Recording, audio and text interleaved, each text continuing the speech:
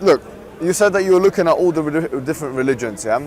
Once again, you said you don't accept idolatry and stuff. I accept that, I believe in that as well, I agree with you. Look, the first thing I want to say to you is, from a Muslim perspective, from an Islamic perspective, yeah? Is that we would say the starting point for us is a very strict monotheism. Yeah, so for us, the starting point is like a monotheism, where we believe that there is an ultimate creator, sustainer, an ultimate power that initiated the universe, if that makes sense. Now, how feasible does that sound in your mind? How rational does that sound in your mind? Yeah, I believe that the creator is what brings life to the material realm. The material realm is just an illusion. Okay? We can't take any of this stuff with us when we go. So the idea of an immortal God from which we all originate gives us purpose. So you agree with that idea? You accept it, I mean? Do you believe in it? The creator, creator gives life to existence, Right, okay. Confused, though. You said you were an empiricist? Empirical theology. You believe in evidence. Go on. But if you haven't got evidence for God, how can you then believe in I don't believe, I don't believe, for example, that the earth was created in 7 days. Because that's creation. There's a difference between a creator and creationism. Creationism is something different, okay? But as an empirical... So you're saying you reject kind of like the biblical narrative, but at the same time you don't reject the idea of an all-knowing, all-powerful creative force that started the universe? Correct. Yeah, okay. So alright, so what I was going to say now, since that's the case, now we have to define some of the attributes of this creator, yeah? Would you accept that some of the attributes are creative capacity or power or knowledge? Would you say that these are fundamental to such a force? Yeah, of course. Creativity. Yes. Muslim YouTube. So what?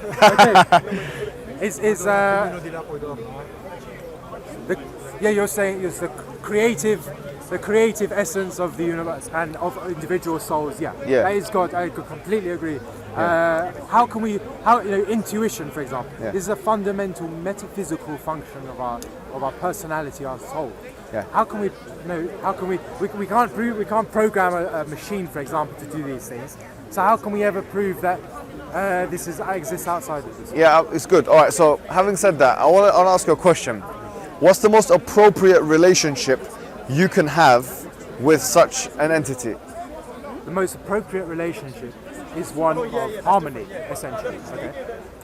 Essentially, when you live in harmony with mankind and with the planet, you are living in harmony with God. There is no separation between the effects that you enact upon the world and what comes to you, what moral consequences. Okay, I accept that to a certain extent. Let me tell you something. We have our own version of that, right? So we say, because if you look at the Eastern traditions, they do reference how to be one with God and these kinds of things. From our perspective, we say there is a way to basically be harmonious with the will of the Creator. And the way that works is basically, the Creator has created the creation, and in the creation you have animate and inanimate, right? As for the inanimate objects around us, they are forcibly or obliged to kind of submit to the will of the Creator, right? So basically, in other words, in order to be one with creation, in that sense, not in the sense of actual physicality, but we're talking in that figurative sense, the way to do that would be to do what everything else around you is doing. So everything around us, if you accept the premise of an all-powerful creator, is submissive to that creator. We would say by extension, it makes sense to also be submissive to the creator in the same way that everything around us is being submissive. Does that make sense? I completely agree, yeah. Submissive to, but we know... the will of the creator. Exactly, the will of the creator, but never to an authoritarian figure. That's why I'm so against idolatry.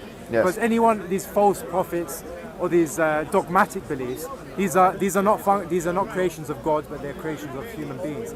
And so never listen to a boss or something that doesn't agree with your own sense of morality that comes from within, but live in harmony with that intuition which comes essentially from God. Right, so let me ask you a question, because the thing is, it becomes very subjective when it becomes clouded in that kind of terminology. I'll be honest with you. Because what we would say is that if essentially our aim in life is to be submissive to God, right? In the sense that I've just aforementioned.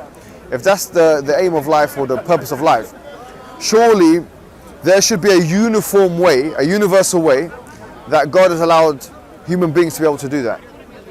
A uniform, I agree. Yeah.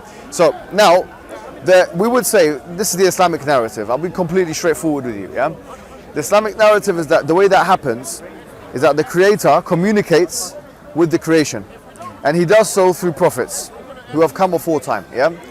So prophets are a necessary extension of what is necessary to happen or appropriate between the Creator and the creation, or in this case, human beings specifically, who are sentient beings and able to make their own decisions on free-willed creatures. Yeah. So there was a need for prophets. There was a need for the communication between the Creator and the creation. And so prophets came before time. The Islamic narrative is that so long as humans were on earth, there were prophets preaching the message of what we'd call submission. Yeah. So people like Adam, you might have heard of these kind of biblical names, Adam and Noah and Moses and Jesus. All of those are prophets that came to their respective peoples and their respective times and preached the message of submission to their peoples. Does that make sense? Completely, yeah. Right. So what we would say is that the messengers came fundamentally with two different things. They came with a message and they came with an evidence base to substantiate that message. So in the case of Moses, you might have heard of these stories of basically, you know, the sea splitting and all these kind of different things. Yeah, it's in the Old Testament. It's also in the Quran. These stories are meant to indicate that these are evidences, yeah, that are used to prove the message of submission, because there's something which break the natural capacity of physical reality around us. So there are evidence that basically God is the author of the message that these prophets come with. Now, whereas all of the prophets and messengers were sent to their respective... Can I ask you, yes. is this sea splitting? Why is that, why does that give evidence that this is the word? What's that got to do with Muhammad, for example, the seas? Right, so no, the sea splitting doesn't have anything to do specifically with Muhammad's message, but it's, although it is in the Quran, we're talking specifically about Moses. So in his time, and this is an interesting thing that has actually been alluded to by some of our scholars in Islam, that depending on the societal kind of what's societally popular at the time, the evidence base that the messengers come with suits that. So at the time of kind of, what is it, the young, what do you call it, the Middle Empire, wherever it is in Egypt, when Ramses II was there, and they say that Ramses is linked to Pharaoh and whatnot. Let's mention the Bible. At this time, they were fascinated with magic and all these kind of things. Now, Moses came with you could call it a miracle really, which basically broke the rules of physical nature, yeah, and which acted as an evidence for his people. So when people saw it, they said, okay, well, this makes sense. Do you see what I'm saying? Right. Right. So for us now, we will say, where's our miracle, right? Because we need some evidence as well to be able to substantiate the claim that Prophet Muhammad is the final messenger, because that's our claim. Our claim is that Prophet Muhammad, whereas all of the other prophets were sent to their people in their times, Jesus, Moses, etc., Abraham, Muhammad was sent for all peoples in all times. So that's the Islamic narrative. So what he's come with is he's come with an auditory miracle, or an auditory evidence base, whereas all the prophets came before usually with a visual evidence base. So like, for example, in the case of Moses, the sea splitting was something for human beings to visualize and see. Whereas what we say is the evidence base for the Islamic message is actually the Quran itself, which is something actually which was transmitted orally, although it does have, of course, written books as well to corroborate and triangulate the veracity of the oral message. So here, the Quran has many different things within it which basically would lead someone to believe that it couldn't have been, because you were saying you use a kind of like rationalistic approach. We're using a probabilistic kind of rationalistic approach. I would argue that the Quranic discourse contains within it an evidence base. Can I just interrupt you there? I'm actually not a rationalist, I'm an empiricist, which okay, is sorry, the yeah. antithesis of rationalism. Oh yeah, I think I got mixed up then. Yeah. Yeah, we can't just rush. We need experience to inform our... I think you're right about that as well. And that's why, by the way, the fundamental thing in Islam is as follows. One of the fundamental messages Islam comes with is as follows. Whereas Christianity says we're born with original sin, yeah? Islam says no, we're born with something called the fitrah. The fitrah is a predisposition to basically submit to God. Not only to know who He is, that higher power, but to submit to Him automatically. So this presupposition is awakened by the various messages or the various evidences that human being is thereafter exposed to. So human being is, for example, exposed to the fine-tuning of the universe. And you don't have to be a physicist to appreciate the fine-tuning of the universe. You can literally look with your naked eye at the fact that the universe is, in fact, finely tuned, right? And these kind of things aim to reawaken human beings from their state of slumber into the recollection of God. Yeah. So that's the main thing of the Islamic message. As with the Quranic discourse, as we've said before, it has within it evidences, we would say, which are very powerful in convincing people that this is basically something which has to be extra human. In other words, it couldn't have been put together by a human ability. So we would say, for example, the fact that the Quran precisely discusses events that happens in the future. And I'll give you one example of that. At the time of the Prophet, there were the Romans and the Persians. And the Quran makes very specific predictions about who will win wars. And in the case of chapter 30, verse 1 to 6, it talks about the Romans decisively going to beat the Persians in 3 to 9 years in a nearby land. Now this is one of many different predictions of the future that the Quran makes, and that the Sunnah, which is the secondary book of the corpus that Muslims believe in, or the Hadith, the strong Hadith, make of the future. And from a probabilistic perspective, we can say, okay, well, probably if someone says one thing or two things, they might have guessed them to be correct. But if we put them all together, it becomes very, very difficult to make the argument that he guessed all of those correct. Especially when we consider, by the way, did you know, let me tell you something. In Jehovah's Witness, in the Church of the Jehovah's Witness, you know, they predicted, and by the way, they believed in this kind of thing where people were being, you know, divinely inspired. They predicted that the Day of Judgment will be in the year 1977. You know that. And when that year when the Day of Judgment didn't happen on that year, they called it the Great Disappointment. Because, I mean, I don't know why anyone would be disappointed for the Day of Judgment not happening, but they called it the Great Disappointment. The reason why is because the prediction didn't materialize. And that has repercussions and ramifications for the message, because it couldn't have been divine if it didn't materialize, because it was meant to be from an all-knowing source. Can I ask you about the Quran? You know, they're saying the Quran predicted the Romans were going to defeat the Persians, yeah. Well, wasn't the Romans, didn't the Roman Empire fall before? The Roman Empire fell at or you're talking about the Holy Roman Empire. I'm not talking, first of all, there's two Roman empires, right? So the Roman Empire started in the year 31 BC, yeah? The Gallic Wars and stuff like that, whatever, and it continued on. But then the Holy Roman Empire started, okay? Now, the Byzantine Empire, which was what was around at the time of the Prophet Muhammad, and continued on until the 1400s, this is what we're referring to. Okay. Yeah, okay. But the Roman Empire, as you would have known from the history lessons that you'd have done, were in constant wars with the Sassanid empires, or they're also called the Sassanians, something like this, yeah? Right. Basically the Persians. And this was referred to in the Western history books as the Roman Sassanid Wars. Now, the point is, the Roman Empire, as you would have known, from the year 400 onwards, and the Prophet came around 630, you know, around that time, so from the 7th century.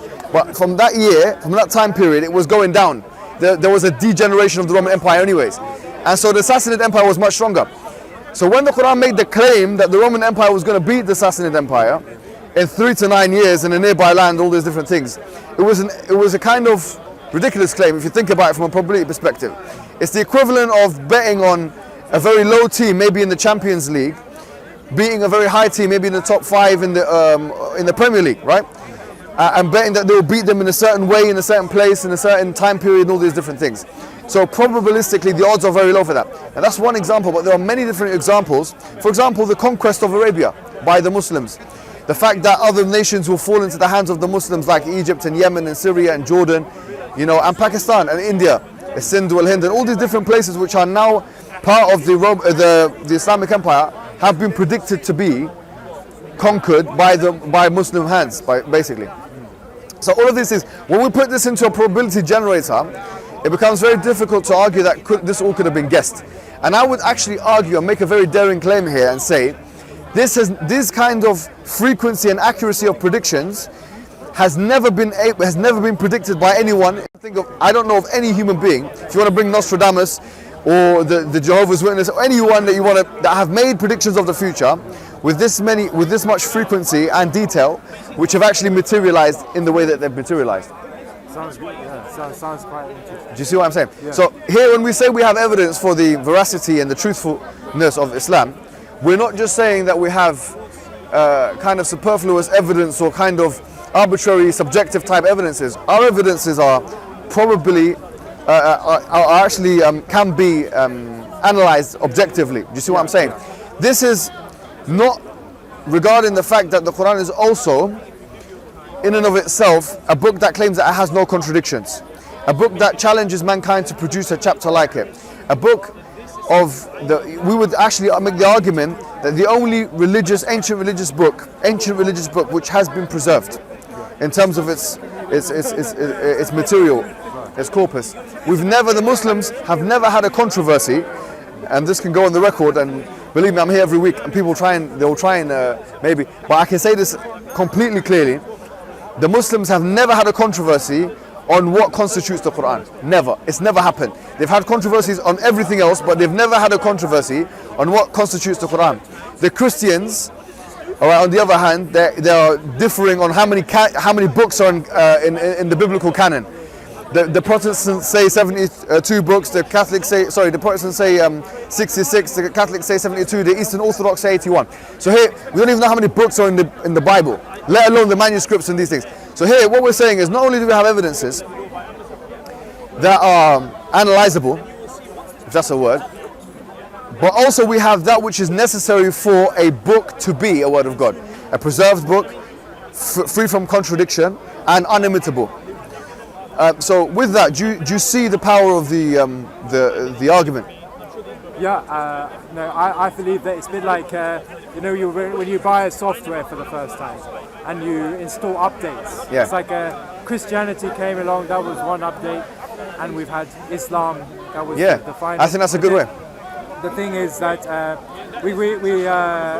only problem was in any religion is violence, as you know. Yes. We've always seen this violence in all religions. I'm not trying to blame any.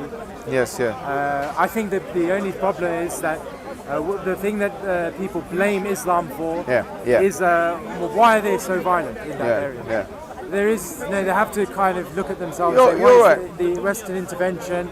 We also have to Exactly. look at that area of the world has been a kind of hodgepodge of different civilizations. Like you had Rome to the west, you had the Mongols, the Arabs, all competing, going, and of course that violence is very harmful to empiricism, and it causes arguments. Shia Islam, Sunni Islam. Yeah.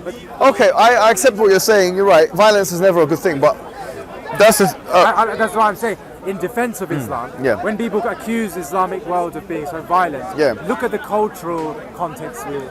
Yeah, exactly. I mean, if we look at the raw data, you'll find that in terms of population, I would actually make the argument that Muslim people, as a proportion of the population, are probably the least violent. I know that sounds ridiculous. In the last 100 years, they have proven to be the least violent people in the world in terms of religion.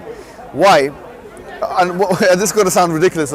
Some guys laughing their head off at home there, believe me. But if you count the amount of people that have died as a result of the imperialistic wars of World War I, World War II, also if you count the 4 wars of America, and if we consider state violence as a kind of violence, which there's no reason for us not to, we'll come to the conclusion that the most violent people have been atheists like Stalin and others, and Christians. If you consider Hitler a Christian, I don't know what he considered himself, and people like him, and so on and so forth. Islam actually fares reasonably in the grand scheme of things as a proportion of the population, especially if we talk about the colonial period, because most of the Muslim world was subjugated under the colonial Western rule. It fares actually quite well. But having said that, because of kind of the post-Cold War terroristic backlash that we've been getting, and the focus on terrorism, so a lot of people now will think of Islam as a violent religion. But we shouldn't think, just looking at the raw data, of Islam as any more or less violent as other world faiths who have proponents of those faiths actually performing more violence in the span of the last 100 and 150 years than Muslims. But going back to what I was saying that look, we have an argument for basically the truthfulness of Islam. Yeah? I'm not going to lie to you. I just want to be straightforward with you. Yeah, because I like you. You know, you're a nice guy. You dress well. You know, I came here I didn't even dress properly today. You know, so I just came. You know, I wasn't gonna come today, but I'm happy I did because I had a conversation with you. Yeah. Listen to me. I'm going to tell you directly. I believe that the purpose of life is to worship God through submission. Not only is that the case, I believe that the guidelines for human beings is therefore the Quran, because it's the final book for the reasons I've mentioned. So if we want to live a fruitful life which is in compliance with the will of God, it's got to be done through the injunctions of the Quran and the Sunnah. Now, I've given you the reasons why, like I've given you somewhat of an epistemological base as to why we believe in what we believe. Do you accept that epistemological base that I've given you is an argument which can be accepted or should be accepted based on the evidences put forward? I agree completely. I think that unless someone comes up with a more up-to-date version of truth, theological truth, Yes. I suppose it can make sense to accept that as the most up-to-date. Fantastic. So what we can do is we can do the Shahada, right? Now the Shahada is the declaration of faith. Now do you believe in what I've just said? Do you agree that the Quran is probably the word of God based on what I've told you? Yeah. Okay.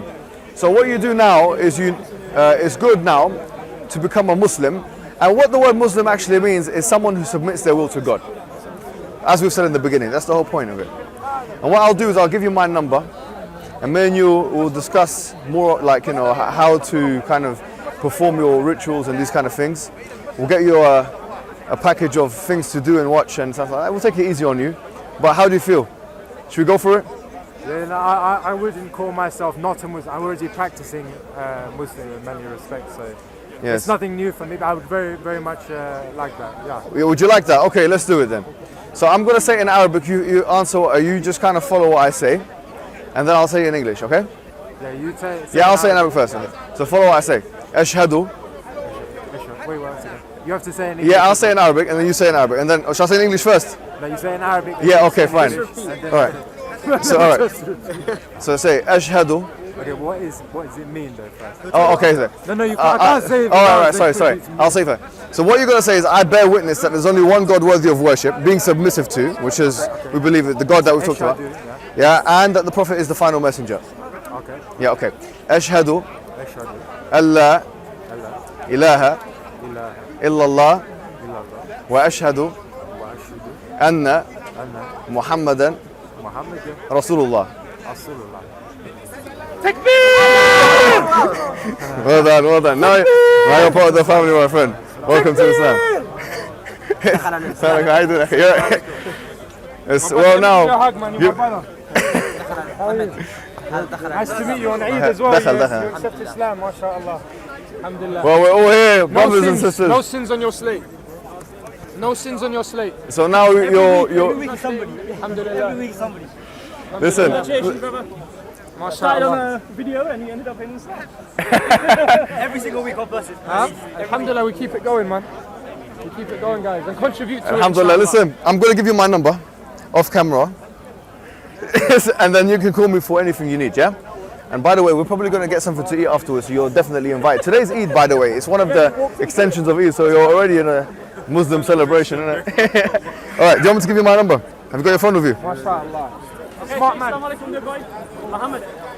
Yeah, Simon. Assalamu alaikum, man, to the camera, bro. Assalamu alaikum wa rahmatullah. Make sure to subscribe to the guy's page.